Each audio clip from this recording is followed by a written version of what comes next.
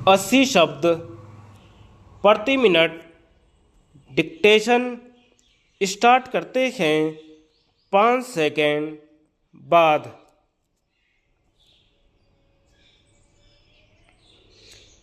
Speaker महोदय, राष्ट्र के जीवन में एक ऐसा समय आता है जब तत्कालीन सरकार को देश में वर्तमान अनिवार्य समस्याओं को हल करने के लिए, कठिनाइयाँ दूर करने के लिए असाधारण कदम उठाने पड़ते हैं।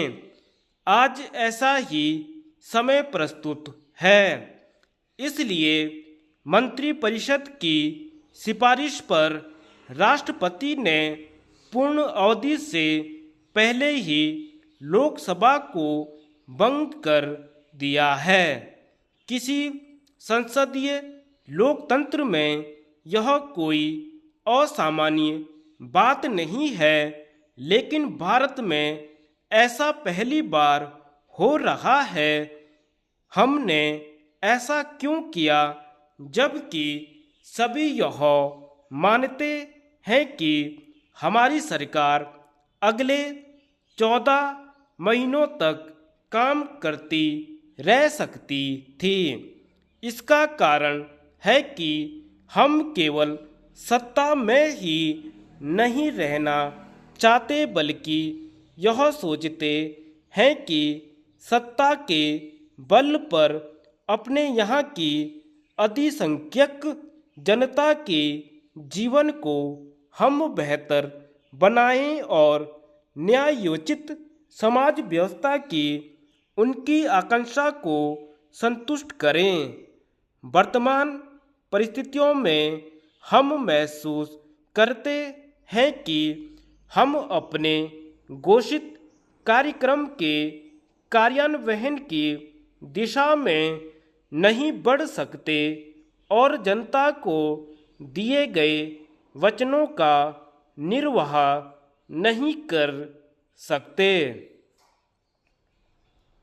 स्वाधीनता के बाद के वर्षों में राष्ट्र ने अनेक उपलब्धियां प्राप्त की है, जैसे व्यापक और जटिल औद्योगिक उपक्रम, भूमि सुधार जिनमें जमींदारी प्रथा का उन्मूलन शामिल है, शिक्षा का व्यापक प्रसार जिसमें विश्वविद्यालयों और तकनीकी शिक्षा का भी काफ़ी अधिक विस्तार शामिल है, बड़े पैमाने पर सामाजिक सुधार और अनेक क्षेत्रों में विशेषतः विज्ञान और प्रौद्योगिकी के क्षेत्रों में प्रगति।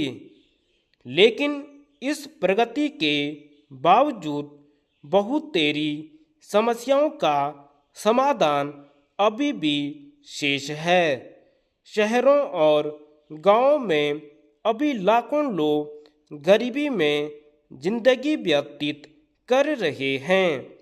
सामाजिक, आर्थिक और राजनीतिक न्याय जो हमारे संविधान का आधार है, अभी भी ऐसा लक्ष्य है जिसे पाने के लिए हमें संघर्ष करना है।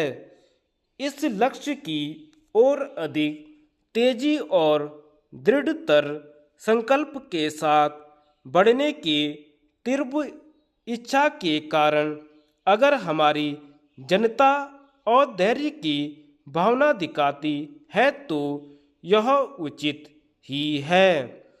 हमारी हाल की राजनैतिक पहल के अंतर्गत यह आग्रह प्रतिबिंबित है।